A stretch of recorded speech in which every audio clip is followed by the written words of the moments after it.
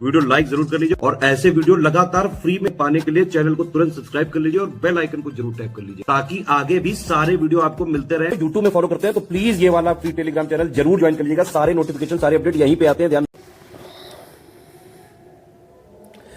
नमस्कार साथियों, स्वागत है आपका स्टेट पीसीएस प्रिपरेशन पे।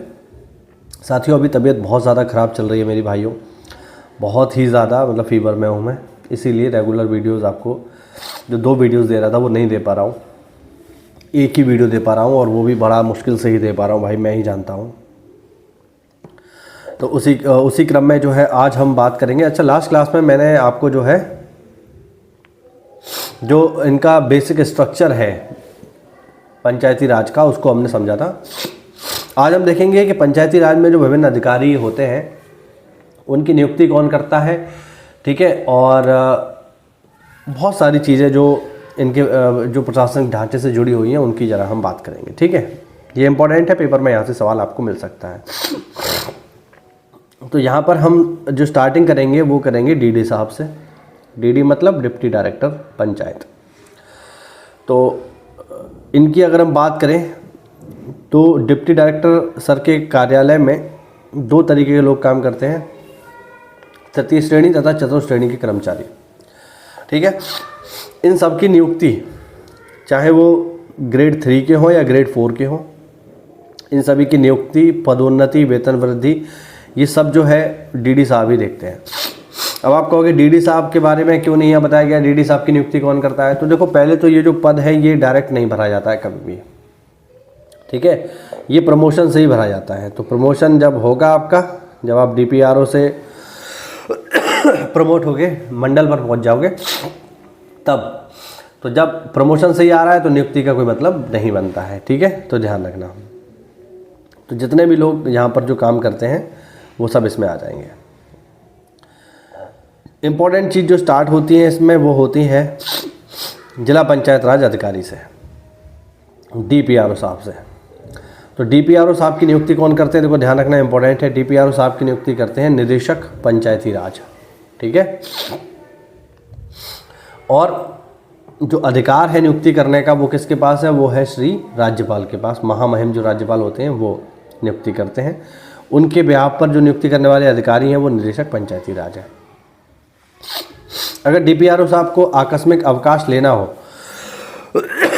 ठीक है, तो वो किससे लेंगे? या तो अतिरिक्त जिला अधिकारी से लेंगे, ठीक है, एडीएम से, या फिर डीडीओ साहब से लेंगे। डीडीओ यानी डिस्ट्रिक्ट डेवलपमेंट ऑफिसर, या फिर मुख्य विकास अधिकारी साहब से भी ले सकते हैं। 45 दिन तक के अर्जित तथा चिकित्सा अवकाश की स्वीकृति या तो निदेशक पंचायती राज से लेंगे या फिर मंडलीय उपनिदेशक यानी डीडी साहब से भी ले सकते हैं पंचायती राज के। 45 दिन से अधिक अर्जित अवकाश एवं चिकित्सा अवकाश की स्वीकृति कहाँ से ली जाएगी? सीधे डायरेक्टर पंचायती राज से, ठीक है, ध्यान रखना। अच्छा, ये आप देख लो यहाँ पे ये 2-2 क्यों दिए हुए हैं, इनका मतलब क्या है, ऊपर आपको दिखाता हूँ। ये देखो, यहाँ पर जो आप देख रहे हैं ये मतलब है कि अभी ये जो पावर है किसके द्वारा यूज़ की जा रही है, ठीक है, और इसको किसके द्वारा प्रयोग किया जाना चाहिए, ठीक है, ये है, ठीक। तो यहाँ पर आप देखो, नियुक्ति वैसे तो राज्यपाल के अनुसार होनी चाहिए, राज्यपाल स्वयं करें, लेकिन राज्यपाल की जगह पर कौन कर रहे हैं अभी नियुक्ति? डीपीआरओ साहब की, निदेशक कर रहे हैं। तो पावर यूज़ ये कर रहे हैं ये लोग आज के समय में, ठीक है, ध्यान रखना, ठीक। अब डीपीआरओ साहब का जो कैरेक्टर रोल होता है, चरित्र पंजिका होती है, उस पर कोई भी जो भी चीज़ें लिखी जानी है वो कौन लिखेंगे? प्रतिवेदक अधिकारी या फिर मुख्य विकास अधिकारी लिखेंगे, ठीक है। इसका विवेचना करनी होगी तो कौन करेंगे? सीधे निदेशक पंचायती राज करेंगे। चरित्र पंजिका यानी कैरेक्टर रोल पर अंतिम रूप से जो प्रविष्टि डाली जाएगी वो मुख्य सचिव पंचायती राज के द्वारा डाली जाएगी। और इनका जो सेवा पुस्तिका होगी या इनकी जो चरित्र पंजिका होगी वो कहाँ मिलेगी? वो मिलेगी आपको संयुक्त निदेशक जो कार्यालय होगा वहाँ पर मिलेगी, ठीक है, जेडीसी ने कहा जाता है, ठीक।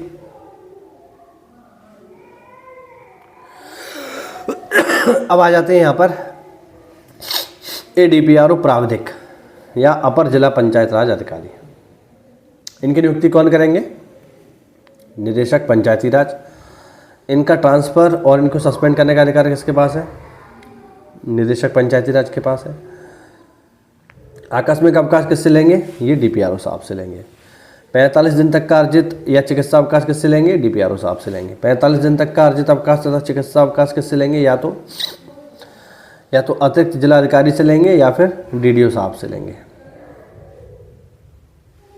वेतन वृद्धि, भ्रमण कार्यक्रम तथा यात्रा संबंधी सेवा विवरण का रख रखाव जो होगा ये रखा जाएगा DPRO साहब के द्वारा। चरित्र पंजिका की प्रविष्टि की संस्तुति जो की जाएगी इनकी, यानी जो इनका कैरेक्टर रोल होगा उसमें कुछ भी चीज़ें जोड़नी है या हटानी है ना, तो ये DPRO साहब जो है इस पर काम करेंगे।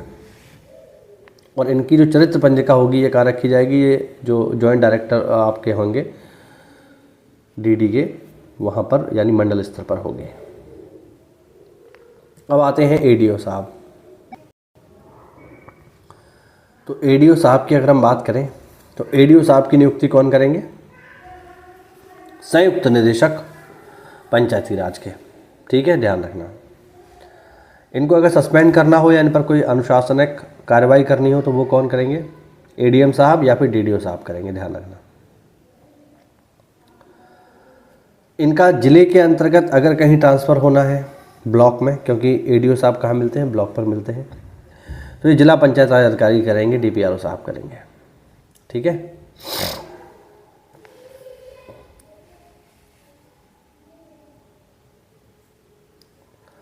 अगर इनका ट्रांसफ़र मंडल से मंडल में करना है, मतलब अब जैसे अलीगढ़ मंडल है, अलीगढ़ मंडल में 4 जिले हैं, कासगंज, एटा, हाथरस और अलीगढ़।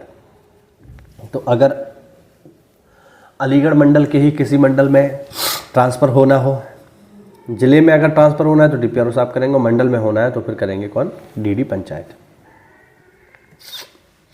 मंडल के बाहर ट्रांसफ़र होना है प्रदेश में तो वो करेंगे संयुक्त निदेशक या उपनिदेशक प्रशासन पंचायती राज। आकस्मिक अवकाश किससे लेंगे? ये क्षेत्र विकास अधिकारी से लेंगे, यानी BDO साहब से लेंगे। उपार्जित अवकाश तथा चिकित्सीय अवकाश 45 दिन तक का किससे लेंगे? जिला पंचायत राज अधिकारी से लेंगे। उपार्जित अवकाश तथा चिकित्सा अवकाश 90 दिन तक का ये किससे लेंगे? ADM या फिर DDO साहब से लेंगे।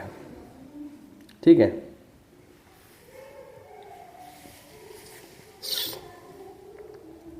वही सब है, देख लो।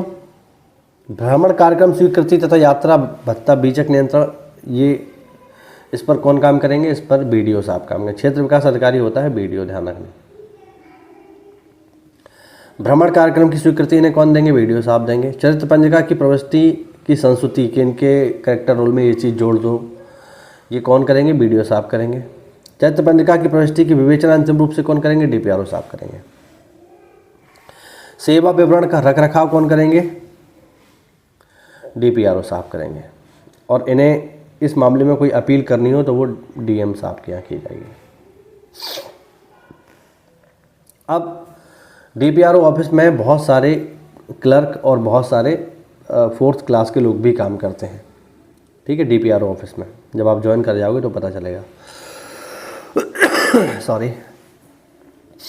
तो इन सब की नियुक्ति कौन करेंगे? DPRO साहब करेंगे। इनका सस्पेंड करना हो DPRO साहब करेंगे।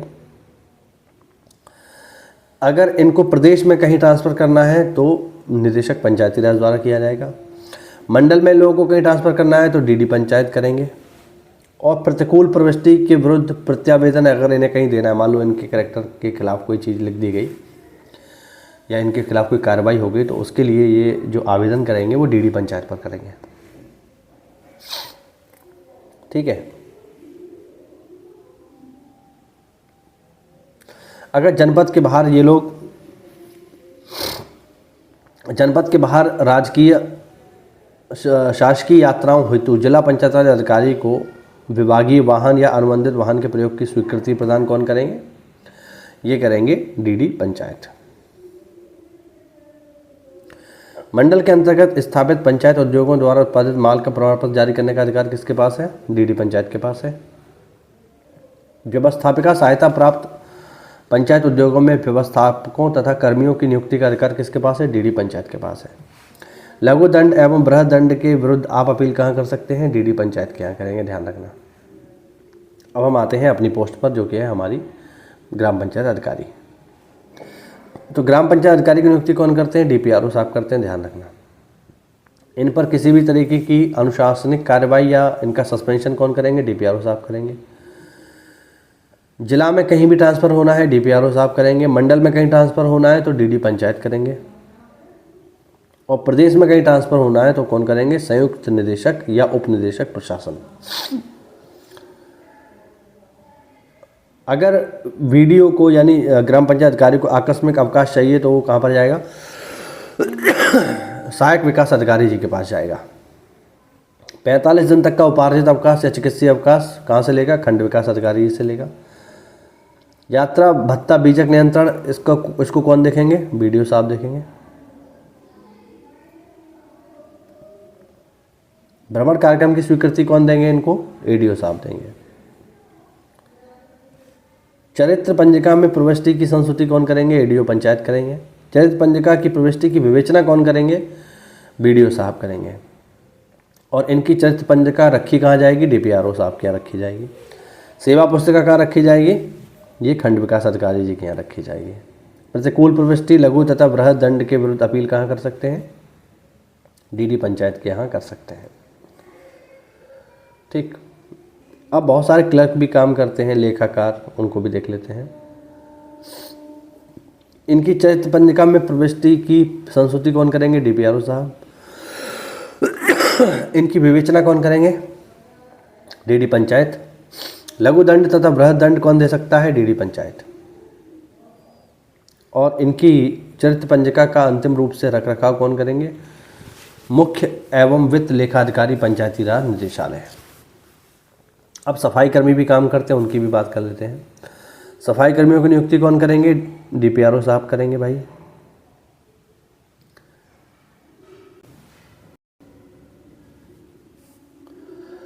इनको सस्पेंड करना हो, डीपीआरओ साहब करेंगे। जिला में ट्रांसफ़र करना है, डीपीआरओ साहब करेंगे। ठीक है। आकस्मिक अवकाश लेना है तो आप जाइए सीधे एडीओ पंचायत के पास। चिकित्सा अवकाश लेना है, डीपीआरओ साहब के पास जाइए। वार्षिक वेतन वृद्धि की बात करेंगे तो डीपीआरओ साहब से करेंगे। और चरित्र पंजिका में प्रविष्टि की संस्तुति, यानी इनका जो करेक्टर रोल होगा वो हम लोगों के उससे डिसाइड होता है। ठीक है। हम लोग बताएंगे इनका चरित्र कैसा है। चरित्र पंजिका का विवेचन तथा अंतिम रूप से कौन देखेगा? इनका एडीओ साहब देखेंगे। अनुशासनिक कार्रवाई हेतु लघु एवं दंड बृहद दंड का प्रावधान, मतलब जो भी चीज़ें होंगी वो डीपीआरओ साहब देखेंगे। इनकी जो चरित्र पंजिका होगी वो कहाँ रखी जाएगी? डीपीआरओ साहब के यहाँ रखी जाएगी। और इनको अगर कोई दंड दिया गया है तो उसके खिलाफ ये लोग अपील कहाँ करेंगे? डीडी पंचायत पे करेंगे। ठीक है। तो ये हुआ छोटा सा टॉपिक, है ना। तो उम्मीद करता हूँ ये आपको देख लेना है इसमें यार। ठीक है। इसमें आप लोग देख लीजिएगा एक बार इसको, खासकर किसकी नियुक्ति कौन कर रहा है, किसको दंड देने का अधिकार किसके पास है। ये इंपॉर्टेंट चीज़ें हैं, पेपर में आ सकती हैं। ठीक है। तो यार पढ़ाई करते रहो, मेहनत करते रहो। जैसे ही मैं थोड़ा ठीक हो जाऊँगा रेगुलर मैं और बहुत सारी वीडियोस आपके लेकर के आऊँगा। ठीक है। मेहनत करते रहो, तैयारी करते रहो। मिलते हैं अगली क्लास में, तब तक के लिए जय हिंद, जय भारत, वंदे मातरम। साथियों, यूपीएससी की वीपीओ परीक्षा का एग्ज़ाम 27 अप्रैल को होने वाला है। तो इसके लिए स्पेशल बैच लॉन्च कर दिया है स्टडी फॉर सिविल सर्विसेज में। इसमें आपको बहुत ही कम समय में और बहुत ही कम पैसे में आपको कंप्लीट तैयारी करवा दी जाएगी पूरी की पूरी। यहाँ पर आप देख सकते हो मेंस का कंप्लीट स्टडी मटेरियल बैच आपको मिल जाएगा केवल 800 रुपये में, जिसमें आपको वीपीओ के लेटेस्ट ट्रेंड और पैटर्न के अकॉर्डिंग और ऑफिशियल सिलेबस के अकॉर्डिंग सारे की सारी चीज़ें दे दी जाएंगी। बेसिकली 3 चीज़ें आती हैं इसमें, पंचायती राज आएगा, कंप्यूटर आएगा और उत्तर प्रदेश स्पेशल आएगा। तो ये तीनों की तीनों चीज़ें जो है आपको 30 दिनों के भीतर दे दी जाएंगी और फिर जो है आपको बाकी का पूरा जो समय है वो केवल रिवीजन के लिए आपको मिलेगा। तो बहुत आसानी से आप इसमें तैयारी कर सकते हैं। आपने पहले से तैयारी कर रखी है तो आप चाहें तो केवल टेस्ट सीरीज भी ले सकते हैं। मात्र 400 रुपये में इसमें 20 फुल लेंथ टेस्ट सीरीज आपको दे दी जाएंगी, जिसमें सिलेबस के अकॉर्डिंग मोस्ट एक्सपेक्टेड क्वेश्चंस आपको लगवा दिए जाएंगे। आप चाहे तो इसके पेड क्विज भी ले सकते हैं मात्र 500 रुपये में, जिसमें आपको टेलीग्राम पर लेटेस्ट ट्रेंड और पैटर्न के अकॉर्डिंग पेड क्विज लगवा दिए जाएंगे, ठीक है। और आप पूरा का पूरा बैच लेना चाहे तो इसमें अभी आपको 200 रुपये की छूट भी मिल रही है। मात्र 1500 रुपये में आप पूरा का पूरा बैच ले सकते हैं। बैच लेने के लिए साथियों नीचे दिए गए नंबर्स पर आप कॉल कर लीजिए। धन्यवाद।